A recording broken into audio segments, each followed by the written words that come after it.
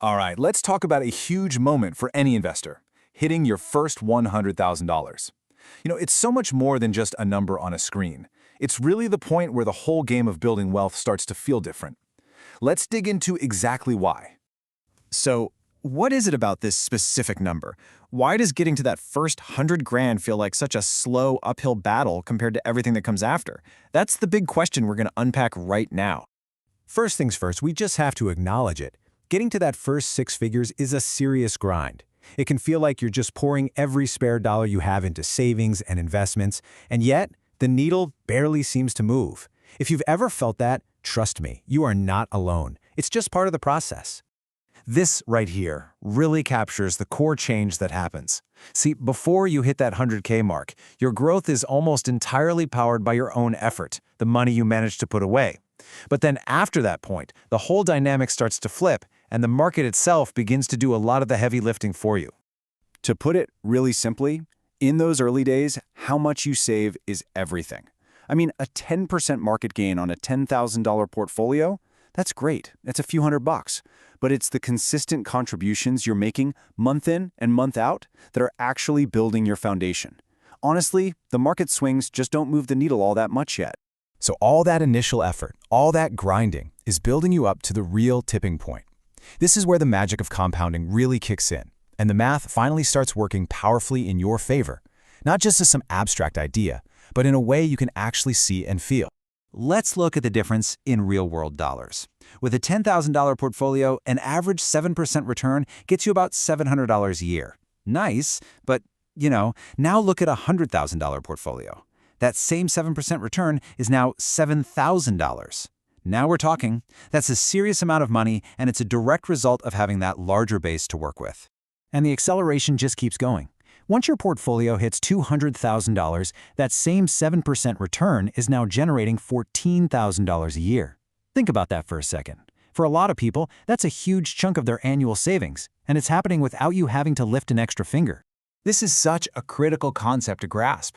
You finally reach a stage where your capital basically becomes your hardest working employee, one that's on the clock 24/7, never asks for a vacation, and is totally dedicated to making you more money.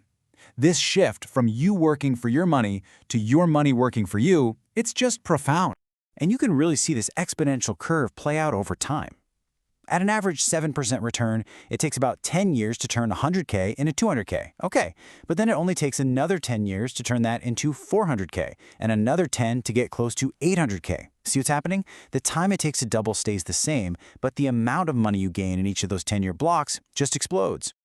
Okay, so beyond all the math, hitting this milestone triggers a massive psychological shift.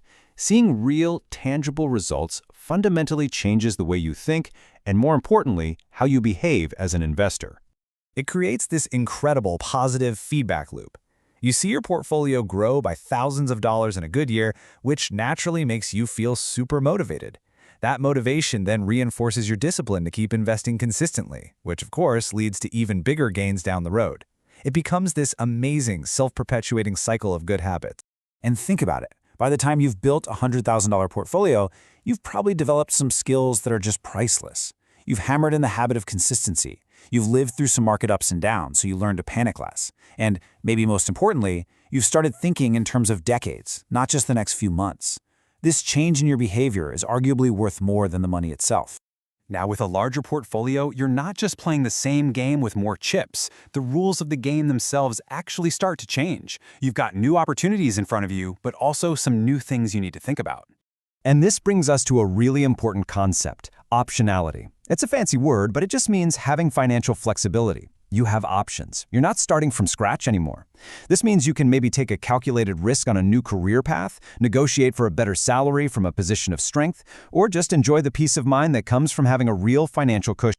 This is a total 180 in your mindset. When you only have a few $1,000s invested, a market crash feels like a complete disaster. But when you have $100,000 or more, a 20% drop, yeah, it's still scary, but it's also a massive buying opportunity. You get to scoop up quality assets at a huge discount, which can seriously accelerate your growth when things turn around. So, you've hit the big milestone. Now what? Let's talk about what really comes next, because there are some common traps that people fall into that we really need to clear up. The single most dangerous misconception is thinking, okay, I've made it, I'm set for life. But the reality is, your discipline is still your most important tool. The markets will still have bad years, they will still crash, and your progress still depends on patience. Getting overconfident is honestly the biggest risk you face at this stage. This quote is just the perfect metaphor for this whole idea. Reaching $100,000 isn't some sudden explosion of wealth. It's more like that small snowball you've been carefully packing by hand has finally gotten big enough that when you give it a little push down the hill, it starts picking up its own snow, its own momentum. So you can see your focus really shifts. Before 100K, it's all about your effort and the intensity of your saving. After you pass 100K, the most important ingredients become time and patience. But the one thing that's a constant through the entire journey, consistency. That never ever goes away. And that's really the heart of it all. Hitting this milestone isn't about your net worth suddenly going to the moon. It's about your momentum, that powerful force of compounding finally becoming a visible, tangible, and undeniable engine for your growth. So we'll leave you with this thought. Once you finally get that snowball rolling, the game changes. It's no longer about pushing it and packing it with all your might. Your new job is to protect it and just let time and the market do their thing. So the real question is, how will you find the discipline to get out of its way and just let it grow?